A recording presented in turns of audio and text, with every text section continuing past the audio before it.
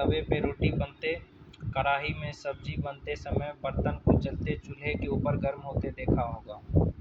आपने सोचा कि ये बर्तन किस प्रकार गर्म होते हैं? जैसे कि हम रोटी बनाते हैं तो तवे को देखे होंगे गर्म होता है तभी ना रोटी डालते हैं। तो क्यों गर्म होते हैं? चूल्हे से हटा देने के कुछ देर बाद ठंडा हो जाता है। जैसे कि गैस चूल्हा जलाया, तो गैस चूल्हा जलाने के बाद क्या होता है? तवा ठंडा होता है। गैस चूल्हा जलाने के बाद जो तवा होता है वो गर्म हो जाता है, और जब रोटी सेक लेते हैं उसके बाद जब बंद कर देंगे गैस तो क्या होगा? वो धीरे धीरे ठंडा हो जाएगा। लेकिन जब जलाएंगे तो हाँ, तो ये गर्म क्यों होता है? क्यों चूल्हे की लौ से ऊष्मा पाकर बर्तन गर्म हो जाता है? पुनः बर्तन से ऊष्मा वायुमंडल के परिवेश की ओर कैसे स्थानांतरित हो जाती है? इस प्रकार आप समझ सकते हैं कि दोनों स्थिति में जो है ऊष्मा गर्म वस्तु से ठंडी वस्तु की ओर प्रवाहित होती है। ऊष्मा क्या होती है? गर्म वस्तु से ठंडे वस्तु के प्रवाहित होती है। वास्तव में ऊष्मा सदैव गर्म वस्तु से ठंडे वस्तु के प्रवाहित होती है। कोई वस्तु अपेक्षाकृत ठंडा है या गर्म, या हम उसके वस्तु के तापमान की तुलना से जान सकते हैं। हम उसको कैसे जानेंगे कि कोई चीज़ गर्म है कि ठंडा है? उसके तापमान से देखेंगे, हाथ में ले करके कि अरे गर्म कि ठंडा है, ये तापमान से तुलना से पता चल जाता है। आप कह सकते हैं कि ऊष्मा उच्च ताप वाली वस्तु से निम्न ताप वाली वस्तु में जाती है। ये चीज़ आपको याद रखना है। यहाँ पे ऊष्मा क्या होती है? उच्च तापमान वाली वस्तु से निम्न तापमान वाली वस्तु में जाती है। क्या होती है? ऊष्मा उच्च तापमान, जैसे हाई टेम्परेचर से लो टेम्परेचर पे जाएगा। ऊष्मा हाई टेम्परेचर से किस में जाएगा? ऐसा नहीं होगा कि लो टेम्परेचर से हाई। जैसे अगर गर्म तवे को कर दिया तो क्या होगा? तवा गर्म हो जाएगा, रोटी बन जाएगा। उसके बाद जब बंद कर देंगे गैस को तो धीरे धीरे वो ठंडा हो जाएगा। मतलब हाई टेम्परेचर से लो टेम्परेचर की तरह हीट जो है वो ट्रांसफ़र होता है। तो क्या समान तापमान वाली दो वस्तुओं में ऊष्मा स्थानांतरित नहीं होगी? ऊष्मा का स्थानांतरण किस प्रकार होता है? इसकी खोज करना है कि ऊष्मा का स्थानांतरण कैसे होता है। तो इसके लिए एक्सपेरिमेंट है, ये देखते हैं पहले। देखिए, एल्युमिनियम अथवा लोहे जैसे किसी धातु की छड़ अथवा चपटी पट्टी लीजिए। जैसे यहाँ पे अगर कोई छड़ है तो उसको हम ऐसे ले लेंगे, ठीक है। छड़ पे मोम के छोटे छोटे टुकड़े समान दूरी पे चिपकाइए। छड़ के एक सिरे को ईंटों के बीच दबाकर रखिए और दूसरे सिरे को गर्म कीजिए। तो ध्यानपूर्वक देखिए, यहाँ पे क्या है? एक छड़ ले लिया, क्या है ये? यहाँ पे मोम रख दिया थोड़ा थोड़ा दूरी पे, और यहाँ पे मोमबत्ती जलाया। तो यहाँ पे हम क्या दे रहे हैं? हीट दे रहे हैं। तो धीरे धीरे करके सारा ये मोमबत्ती क्या होगा? पिघलते जाएगा। मोम के टुकड़ों का क्या होगा? ये क्या टुकड़ा गिरना आरंभ कर देगा, हाँ कि ना? तो सबसे पहले कौन सा टुकड़ा गिरता है? हाँ, ऊष्मा लौ के निकट के सिरे से दूसरे सिरे की ओर स्थानांतरित होती है। मतलब जो पहले यहाँ पे है वहाँ से जा कर के धीरे धीरे लास्ट तक जाएगा। तो ये इसी को क्या कहते हैं? ऊष्मा का स्थानांतरण, यानी हीट ट्रांसफ़र। हीट ट्रांसफ़र समझ में आया? क्या समझ में आया? हीट ट्रांसफ़र, ऊष्मा कहाँ किस तापमान से किस तापमान पे जाती है? ऊष्मा उच्च तापमान से निम्न तापमान पे, हाई टेम्परेचर से लो टेम्परेचर जाती है। तो इसमें कोई दिक्कत? ऊष्मा कहाँ से कहाँ जाती है बताइए? हाई टेम्परेचर से लो टेम्परेचर। अच्छी बात है, आपको समझ में आ गया। अब चलते हैं हम दूसरे टॉपिक पे, और हमारा दूसरा टॉपिक कौन सा है? दूसरा टॉपिक है हमारा चालन।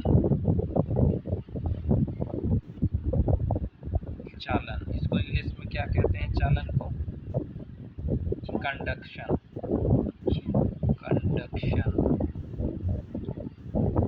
ये कंडक्शन क्या होता है?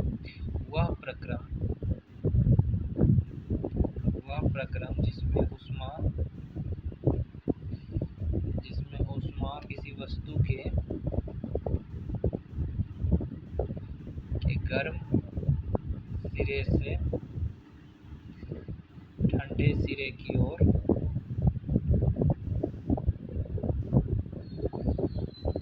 स्थानांतरित होते हैं। क्या होता है? वह प्रक्रम जिसमें ऊष्मा किसी वस्तु के गर्म सिरे से ठंडे सिरे की ओर स्थानांतरित होते हैं, उसको क्या कहते हैं?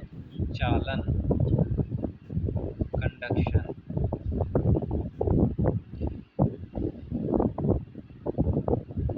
कंडक्शन याद आ गया?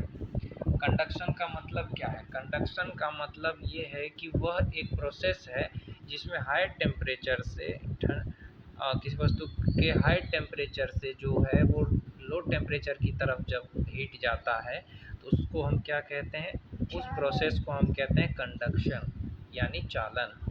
हाई टेम्परेचर से किस टेम्परेचर की ओर जाएगा? Low temperature. कंडक्शन किसको कहते हैं बताइए? जब हीट क्या होगा? हाई टेम्परेचर से लो टेम्परेचर की तरफ जाएगा तो उसको क्या कहेंगे? कंडक्शन।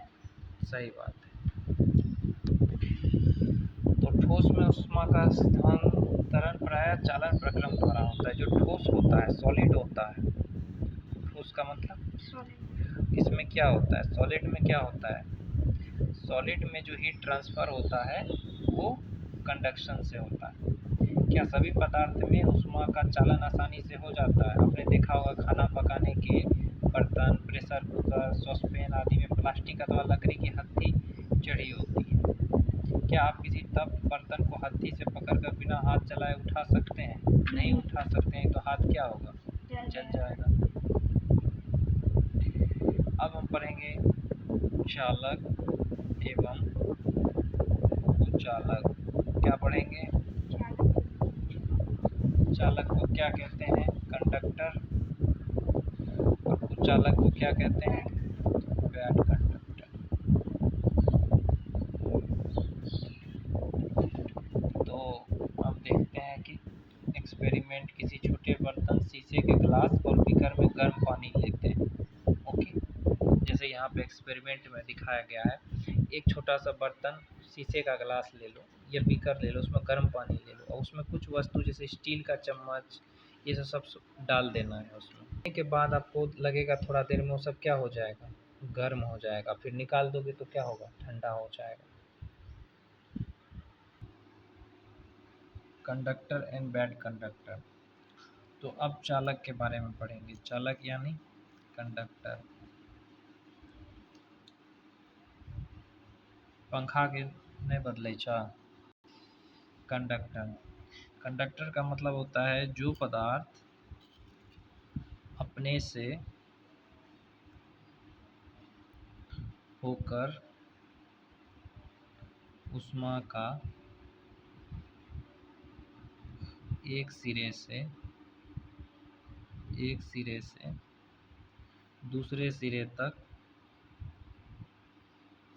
जाने देते हैं, उन्हें ऊष्मा का चालक यानी कंडक्टर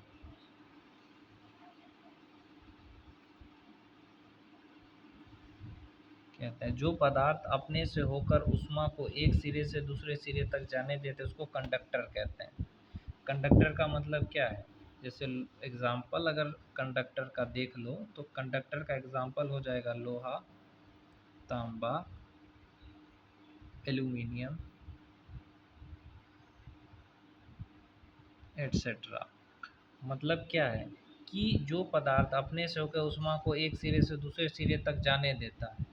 जैसे लोहे का छड़ अगर हमने रखा, उस पर मोम को रखा, तो लोहा का छड़ जो है वो क्या है? कंडक्टर है कि नहीं है? हाँ। लोहे का छड़ क्या है? कंडक्टर है। हाँ। क्यों है कंडक्टर? क्योंकि वो लोहे का बना। नहीं, क्योंकि वो अब ऊष्मा को, हीट को एक सिरे से दूसरे सिरे तक जाने दे रहा है, उसमें हीट जा रहा है, ट्रांसफ़र हो रहा है, इसीलिए वो क्या है? कंडक्टर है। जिसमें हीट ट्रांसफ़र आसानी से नहीं होगा उसको क्या कहेंगे? Bad conductor. तो वही चीज़ है। अब बैड कंडक्टर क्या है? चालक क्या है? बैड कंडक्टर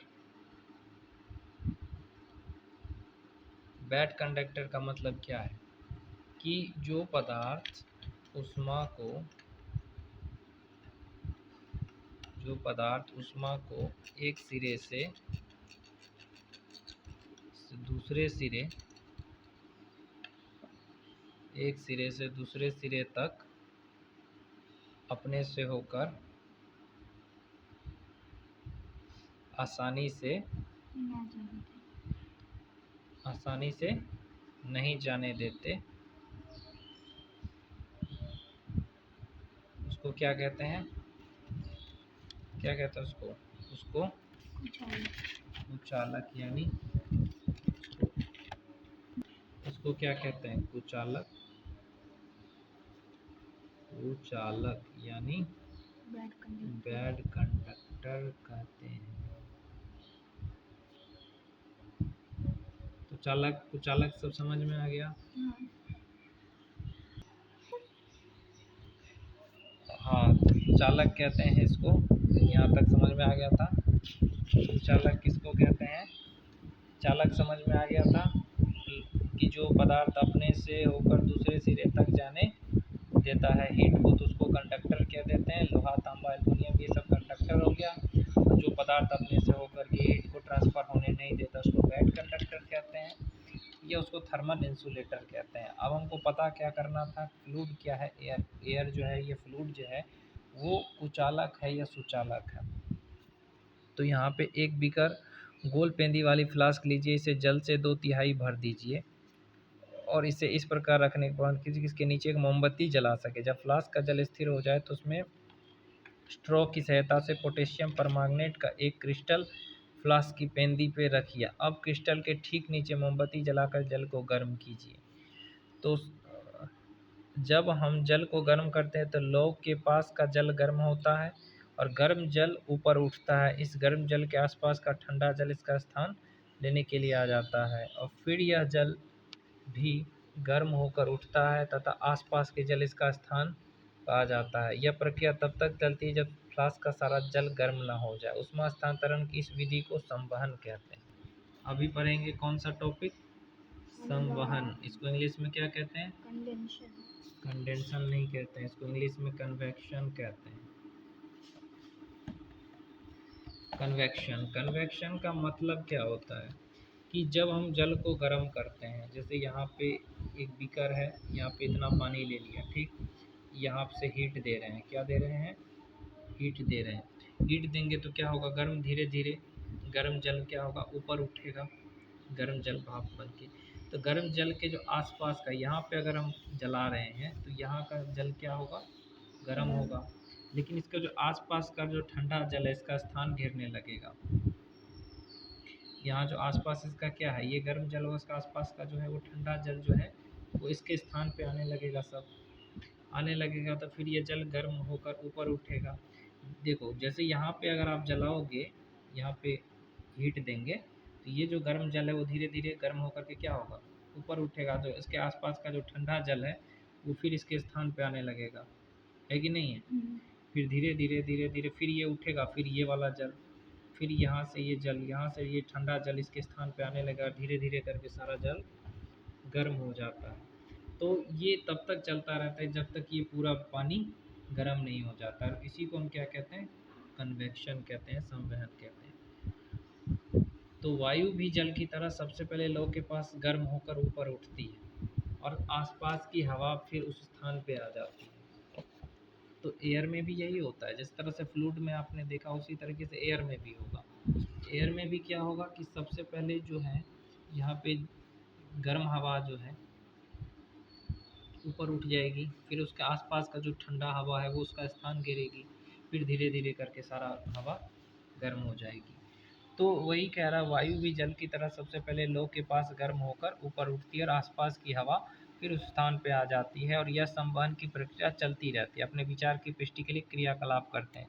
एक मोमबत्ती जलाइए, उसके ऊपर एक शीशे की नली तिरछी लटकाइए जिसका दोनों सिरा खुला हो। अब मोमबत्ती की लौ को नली के बीच के हिस्से पर रखिए। नली के दोनों सिरों से सामने अपना हाथ रखिए। अनुभव कीजिए कि ऊपर वाली खुले भाग से अधिक गर्म हवा निकलती है।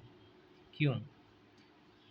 इसी तरह एक मोमबत्ती जले अपने हाथ को लोग के ऊपर और दूसरे हाथ को लोग की बगल में रखिए, आपको दोनों हाथ समान गर्मी का अनुभव करते हैं। यदि नहीं तो कौन सा हाथ अधिक गर्मी का अनुभव करता है, ऐसा क्यों? आग तापते हो तो सबसे पहले क्या होता है? हाथ थोड़ा गर्म होता है, फिर उसके आसपास जो हाथ रखोगे वो फिर उसके बाद गर्म होने लगेगा, कि हीट ट्रांसफ़र होता है। तो यहाँ पे क्या लिखा हुआ है, ऊपर की ओर की वायु संवहन द्वारा कन्वेक्शन द्वारा गर्म होती है, इसलिए नली के ऊपर सिरे के सामने वाला हाथ या मोमबत्ती की लो के ऊपर वाला हाथ अधिक गर्मी का अनुभव करता है, जबकि लो के अगल बगल की हवा गर्म हवा के ऊपर उठने पर स्थान लेती है, तो संवहन द्वारा गर्म नहीं होती, इसलिए नली के निचले सिरे के सामने वाले हाथ या मोमबत्ती के लो के बगल वाले हाथ को अधिक गर्मी का अनुभव नहीं होता। जो हाथ रखोगे आग तापते हो तो उस हाथ में जल्दी गर्मी लगेगा, जो आसपास का है उसमें जल्दी तुरंत नहीं लगेगा गर्म, धीरे धीरे होगा वो। तो आज के लिए इतना ही साइंस में, और नेक्स्ट क्लास में हम लोग ये पढ़ेंगे थल समीट समुद्र समीट विकिरण के बारे में, और गर्मी और सर्दी में जो वस्त्र पहनते हैं उसके बारे में हम लोग नेक्स्ट क्लास में पढ़ेंगे। आज क्या क्या पढ़े हैं ये थोड़ा पढ़ के बताइए। ये क्या पढ़े हैं? ऊष्मा का स्थान ऊष्मा उच्च तापमान से नीच तापमान में, उसके बाद चालक पढ़े हैं, नहीं चालन पढ़े हैं, कंडक्शन, उसके बाद आप पढ़े हैं कंडक्टर और बैड कंडक्टर, फिर इंसुलेटर वाला पढ़े हैं कुछ अलग, यानी थर्मल इंसुलेटर और संवहन। इतना कुछ आपको याद करके आना है, यानी समझ करके। यही होमवर्क। अब मैथ्स पढ़ते हैं।